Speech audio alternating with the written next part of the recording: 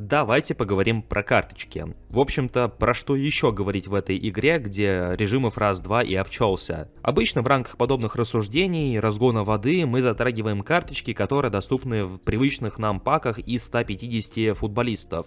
Но сегодня предлагаю обратить наше с вами внимание на те же самые амбассадорские паки, поскольку, не знаю как у вас, но лично у меня на них были отдельные надежды в рамках 26-й части. Ибо как люди не критиковали прошлогодние карточки, как бы они ни говорили, что они говно, не стоят своих монет, особенно по сравнению с карточками Месси и Неймара, которые выходили позже, все-таки прошлогодние амбассадорские паки мне очень даже понравились. Да и в принципе при соотношении цена-качество и тех цифр, которые эти карточки демонстрировали, это, как мне кажется, были более-менее оправданные затраты. Чего не скажешь про паки 26-й части.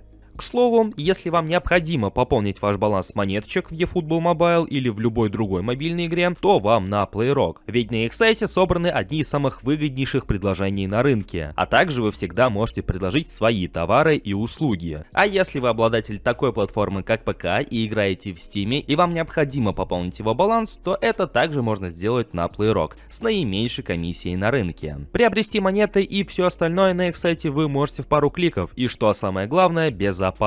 Все это и не только вы сможете найти по ссылке в описании и в закрепленном комментарии. Ну так, о чем это я? Точно.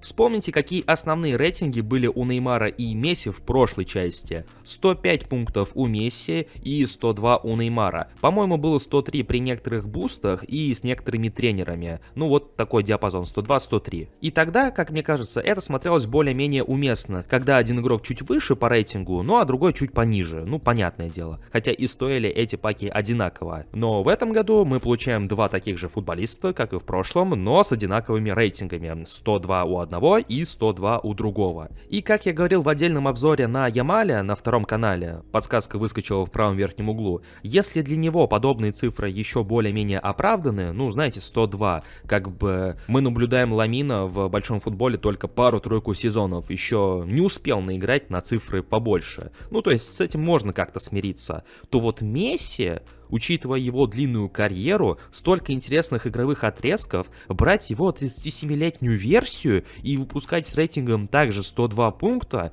ну, как мне кажется, это немного странно. При том, что еще с 22-й части в базе данных игры имеется немало изображений с участием Месси для тех или иных карточек, которые до нас почему-то не добрались, которые затрагивали моменты его карьеры начала десятых, середины десятых, но которых мы, опять же, почему-то до сих пор не наблюдаем.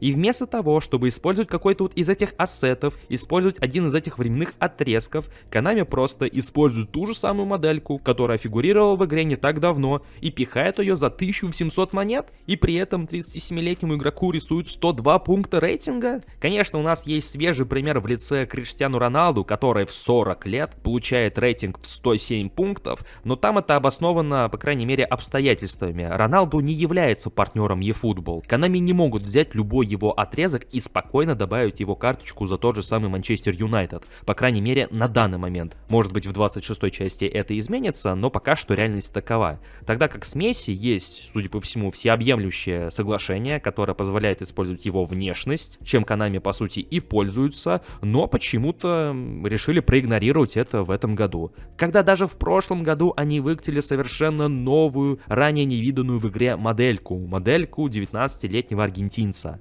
И лично для меня вся эта ситуация с амбассадорскими паками еще более сюрреалистична, если мы посмотрим на игроков за круг почета. Эдена Азара, Рауля и Райкарда. Райкард — это вообще отдельная тема, метовая моделька, неплохие цифры и простая возможность для фри-ту-плейных составов заиметь подобную модельку за простое исполнение пенальти. Но суть не в этом, а в том, что Эден Азар, который играл в мадридском Реале уже далеко не на своем прайме, получает такой же рейтинг, как молодой Ламин Ямаль, и более-менее похожие скиллы. Или 32-летний, 33-летний Рауль на закате своей карьеры, игравший в Шальке, получает рейтинг выше, чем у Лионеля Месси. То То есть я это к тому, что не понимаю, почему карточки за 1700 монет, которые некоторые добывают далеко не одну неделю, не донатя в игру, по цифрам получаются даже слабее тех, которых можно забрать, даже не занося ничего в игру, не тратя свои монеты, которые вы копите из недели в неделю, а просто исполняя пенальти.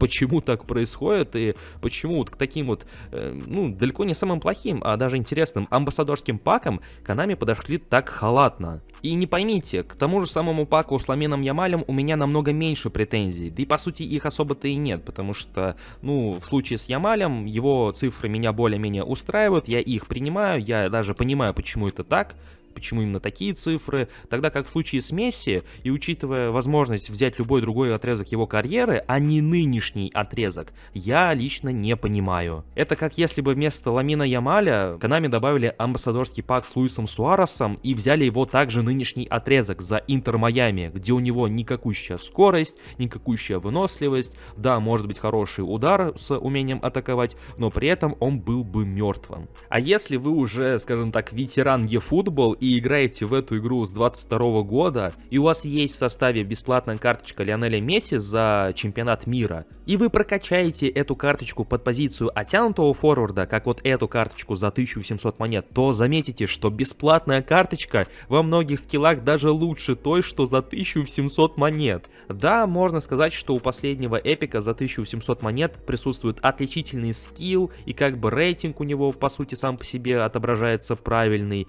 чего не скажешь про старую карточку. Но не знаю, это вообще не идет ни в какое сравнение, да и не то чтобы этот скилл добавленный для последней карточки прям как-то сильно роляет. И после этого это смотрится прям совсем плохо, я не знаю.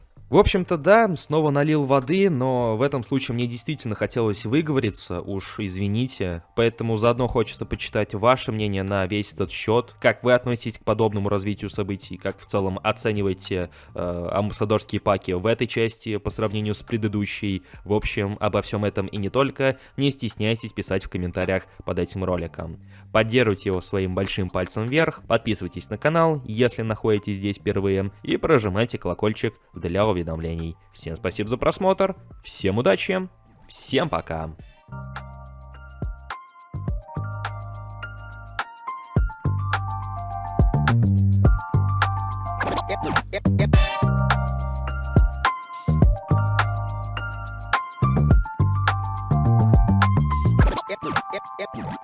Am I